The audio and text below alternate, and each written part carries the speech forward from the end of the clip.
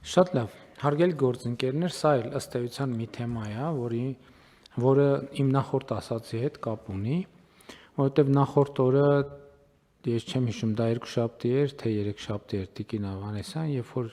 ես գնում էի հոգեկան առողջության ազգային երեքշաբթի, ազգային հոգեկան առողջության պաշտպանության ազգային կենտրոն։ Մի մասնաշենքի բացմանը ճանապարհին անցնում էին բնականաբար Էրեբունի թանգարան,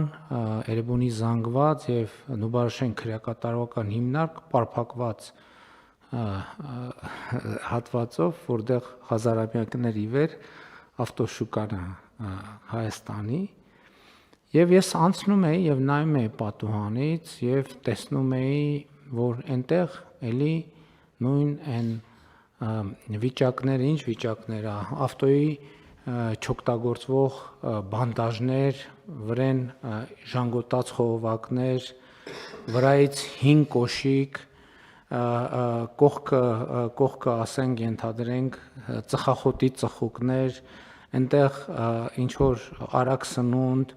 բորդյուրին նստած մարդիկ, ովքեր այդ արագ սնունդը տենց այդտեղ օգտագործում են, սենց ինչ որ մի վիճակ, ու ես էլի այդ այն վիճակներից է, որ 7 տարի է մենք անընդհատ այդ թեմային ասում ենք, բայց սենց ոնց կլինի, բայց սենց չի լինի, բայց սենց ոնց կլինի, ու ես մտածում եմ, որ տեսեք, ես ինքս գիտեմ, որ կոնկրետ այդ հարցով ինչքան հաճախ եմ այդ հարցը բարձրացրել, եւ իմ մոտ հարց է առաջանում, ինչի մենք ոչ մի կերպ այդ հարցը չենք կարողանում լուծել, ու հաշվի առնելով նաեւ, որ այսօր ըստ էության հեղափոխության դե յուրե 7-րդ տարեդարձն է, ես հիմա այս ընթացքում այդ դրակապակցությամբ հետեւյալը գրեցի, որովհետեւ այդ մի ժամանակ, այն ժամանակ էր մեզ թվում, թե հեղափոխություն անելն է դժվար։ Իրականում հիմա հետահայաց որ նայում ենք, հեղափոխություն անելը ամենահեշտն է, փոփոխություն անելն է դժվար։ Որովհետև հեղափոխության համար կարաս կոնսոլիդանաս, ենթադրենք մի շաբաթվա, մի ամսվա, լավ 3 ամսվա մեջ, իսկ փոփոխությունը դա հետևողական գործողությունների շարք է։ Եվ այդ է պատճառը, այս վերջերս երբ որ, չգիտեմ, այդ կրթվել նորաձև է բանախոսությունների շրջանակներում, երբ որ թեման տենց զարգացավ, եւ ես անդրադարձա այդ թեմային, երբ որ այո, կարող է հնչել, որ բա հեղափոխությունը սրա համար էին կարել, եւ ես այդտեղ մի միտք ասացի, որը մոտավորապես հետեւյալն էր, որ իրականում մենք իշխանությունը փոխել ենք Հայաստանում, բայց մենք մեզ փոխել ենք, իշխանությունը փոխել ենք, մենք մեզ փոխել ենք, ժողովուրդը ամեն քաղաքացի կարող ասի արյո, որ ես դուս եկա, իշխանությունը փոխեցի, բայց ամեն քաղաքացի ներառյալ մենք հարց պետք է տանք, մենք իշխանությունը փոխեցինք, բայց ինքներս մեզ փոխեցինք, թե չփոխեցինք, ֆունդամենտալ հարցը ստեղ է, Եվ այդ մեքենաների առք ու վաճառք, բայց մյուս կողմից էլ ես մտածում եմ, որ շատ բաներ կա, որ մենք ուզեցել ենք եւ որոշումներ ենք կայացրել, որ արագ հիմա գնանք հենց հիմա փոխենք։ Այդ դեպքում էլ որոշումը կա, փոփոխությունը չկա։ Մի դեպքում ոչ որոշումը կա, ոչ փոփոխությունը, շատ դեպքերում որոշումը կա, փոփոխությունը չկա։ Ու սա ֆունդամենտալ հարց է, թե ինչու է այդպես։ Եվ ես կարծում եմ երկու գործոն կա, որ ամեն դեպքում ինչքան էլ արագ շարժվես, մեկը ժամանակից արագ չես կարող շարժվել, եւ երկրորդը փոփոխություն այդ նշանակում է ինչքանով ենք ինքներս մեզ փոխում, մեզնից սկսած եւ յուրաքանչյուր քաղաքացուց ավարտած։ Սա է հիմնական եւ ֆունդամենտալ խնդիրը։ Եվ թվում է թե շատ տրիվիալ հարցի կապակցությամբ, բայց սա ամենաակնհայտ դեպքն է, որովհետև այս ընթացքում նաև Էրեբունու ավտոշուկան, որը գոյություն ունի Հայաստանում ինչքան ավակ սերնդի ներկայացուցիչները թող ասեն, եւ 60 տարի, լավ երևի երբ որ մեքենաները մտել են Հայաստան կամ վաճառք գոյություն ունեցել, այդտեղ այդ շուկան գոյություն ունի նույն ձևով։ Հասարակարգը փոխվել, կառավարություններ են փոխվել, ժամանակներ են փոխվել, սահմանադրություններ ու օրենսդրություններ են փոխվել, ինքը տեղ է։ Ու սա նշանակում է մենք ավելի լավ բան չենք կարողացել առաջարկել, դա էլ կարա նշանակի վերջում, որ ավելի լավ բան պարզապես չենք կարողացել առաջարկել կամ բավարար չափով վճռական չենք եղել, բայց մյուս կողմից էլ ասենք հա գնալ վարչական որոշմամբ, էդ էլ իմիջայլոց, էդ էլ կարելի է գնալ, բայց դրա հիմնավորում պետք է լինի, ինչի համար դա անել, որ ինչ խնդիր լուծել, որ մարդիկ ավտոմեքենա չկարողանան վաճառել, բայց մենք չենք ուզում տենց խնդիր, մենք ուզում ենք, որ մարդիկ ավելի լավ պայմաններում ավտոմեքենա վաճառեն, ավելի հարմար, ավելի անվտանգ, ուրիշներ իմիջայլոց այդ ճանապարհը այդ օրերին տենց էլ 60 տարի բանա աներթևեկելի է ըստ էության։ Քաղաքի կենտրոն խցանումները մի քանի տարի են եկել, այնտեղ 60 տարի է խցանում է։ Բայց սրանք հարցեր են, որոնց շուրջ առնվազն պետք է մտածել, բայց բոլոր դեպքերում իմ պատասխանը հետևողականությունն է, որ գնալ, փորձել, աշխատել եւ բերել այդ փոփոխությունները, որովհետեւ այո, հեղափոխությունը հեշտ է, փոփոխությունն է դժվար։ Շատ լավ, խնդրեմ, կան այլ մտքեր։ Չկան համեցեք։ Պարոն վարչապետ, ձեր թույլտվությամբ ուղղակի ժամկետի ուժի մեջ մտնելու սինխրոնիզացման խմբագրական փոփոխությամբ ներկայացնենք ստորագրման։ Շնորհակալություն։ Հիմա եթե հաշվի առնենք, որ մինչև նոյեմբեր էլ ենթադրում ենք, որ քաղաքացիների առնվազն մեծ մասը ունենալու է նույնականացման քարտ,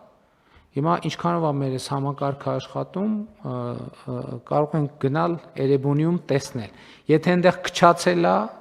այդ ամեն ինչը նշանակում է on-line վաճառքների ծավալները մեծացել է եւ մարդկանց ավելի հարմար է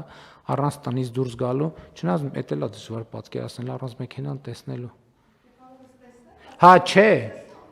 բայց կարան on-line նաեւ հանդիպեն, չէ, այդ մարդիկ։ Այսինքն ես մեր համակարգը իրար հետ կապվելու հնարավորություն տալու է, թե չի տալու։ Հա, իհարկե տալու է, պարոն վարչապետ։ Արդեն մնացյալը պայմանավորվածության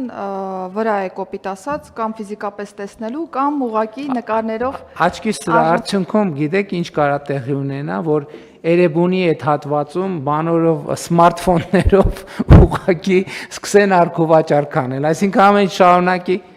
ամեն շարունակի այնտեղ մնալ, ուղղակի բան չգնան, այդ ինչ էր կոչվում, հաշվառման քննական կենտրոն չգնալ։ Շատ լավ, բայց այդ process-ներին էլ է պետք է հետևել, գուցե այդ իրավիճակի հետ պետք է համակերպվել, այնտեղ գնալ ավելի լավ պայմաններ ստեղծել, այդտեղը, դե ավանդույթը տեղը հաստատված, գուցե գնանք այդտեղ ուրիշ լուծումներ մտածենք ուրիշ ճանապարհ մի հատ կառուցենք, որ մենք չխանգարենք ավտոշուկայի աշխատանքին եւ նորոգենք, չգիտեմ, կարգի բերենք, էս անենք, այն անենք, դա էլ է տարբերակ, որովհետեւ եթե այդքան իրանք այնտեղ են, հա ինչ են կռիվ տալիս, եթե մարդկանց այդտեղը հարմար, գնանք այդ մյուս ստանդարտները փորձենք այնտեղ ներդնենք եւ ոչ թե ասենք չէ որ չէ, այստեղ պետքա մեքենա չվաճառենք։ Այդ ճանապարհը փաստացի դարելա շուկա, ուրեմն ուրիշ ճանապարհ փորձենք։ Էս էլ ուրիշ մոտեցումն է։ Ես հիմա բարձրաձայն ուղղակի իմ տպավորություններն ու մտքերն եմ կիսում։ Համեցեք։ Այս լուծումը բան վարչապետ նախ եւ առաջ քաղաքակիրթ առևտրին է պետք, որովհետեւ դու մտնում ես ավտոսրահ, գնում ես մեքենան, ընդ որում տարբեր վճարման պայմաններով, նույն ավտոսրահում հնարավոր է եւ լիզինգը ձևակերպել եւ գրավը ու մեքենայով դուրս ես գալիս։ Այդ կարծում եմ ամենակարևոր մասն է լուծումը, որովհետեւ ամեն դեպքում դա է մեր երազանքը։ Իսկ ինչ վերաբերում ավտոշուկային, պարոն վարչապետ, վախենամ, որ այդ ավտոշուկայի առևտրային շրջանառության 90%-ը հոգնած մետաղ է, որը էլի մեր կոնսենսուսի պատճառն է, որովհետև եթե մենք մեր տեղզնման կանոնները սահմանենք եվրոպական ստանդարտներով, իմ կարծիքով այդ ավտոշուկայում առևտրի առարկա չի լինի։ Եվ այդ իմաստով իհարկե դրանք այդ ամեն ինչ փոխկապակցված են եւ կարծում եմ, որ բայց խստացման մեխանիզմները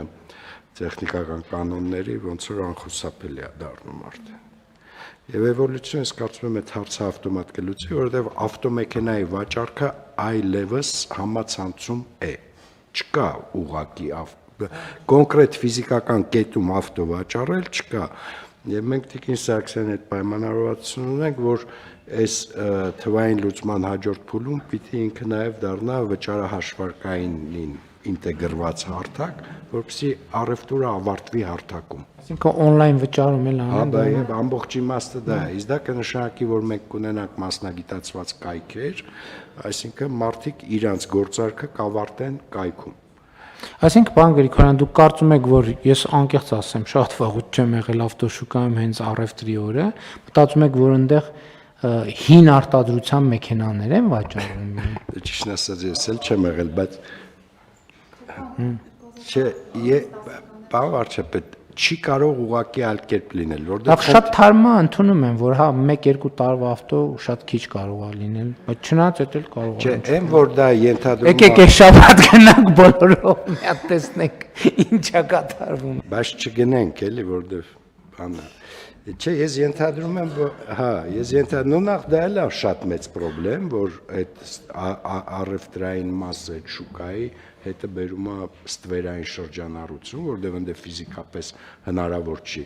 անկանխիկ վճարման գործարք անել տեղում, բայց խնդիրը կայանում որ ինքը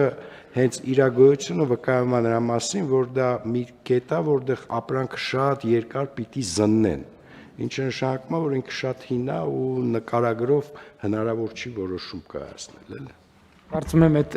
շուկայի շատ կարևոր ավանդույթի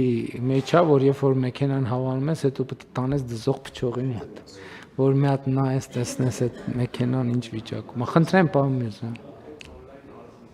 Պարոն վարչապետ, ես որքան հասկացա, Տիկին Սարգսյանի բերած նախագիծը գործարքի ձևակերպմանն է վերաբերում եւ կոչված է մարդկանց կյանքը հեշտացնելուն։ Այդ գործարքի նախորդ ձևակերպման նախորդող փուլերը ընտրությունը, զննումը, բանակցությունները գնի շուրջ եւ այլն, կարծում եմ, որ այս հարթակի առաքելությունից դուրս են եւ մեծ հաշվով շատ էլ չստիպենք մարդկանց գործարքներ անել այս տեղում կամ այն տեղում կամ անպայման հեռախոսով պայմանավորել գնալ այլ վայրում հանդիպել։ Հա, պարոն Միրզյան, տենց է, այդ պետք է հեշտացնենք եւ թվայնացնենք եւ առաջ անցնենք։ Իմ ասածը լիրիկական շեղման ժանրի մեջ էր, ես չեմ ասում, որ բան պետք է։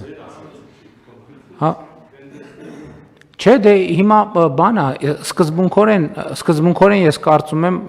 որ ավտոշուկա հասկացությունը իրոք ինտերնետում է հիմա, որովհետեւ տասնյակ ֆոտոնկարներ մի ավտոմեքենայի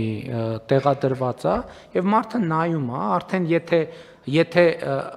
ընդ որում խորհրդային միության ժամանակներից ես հիշում եմ ավանդույթ կար, մի գիշեր առաջ, թե երկու գիշեր առաջ պետք էր գնալ, որ բան տեղը լավ տեղ ունենալ եւ այլ։ Հիմա նկատի ունենք անհասկանալի է, թե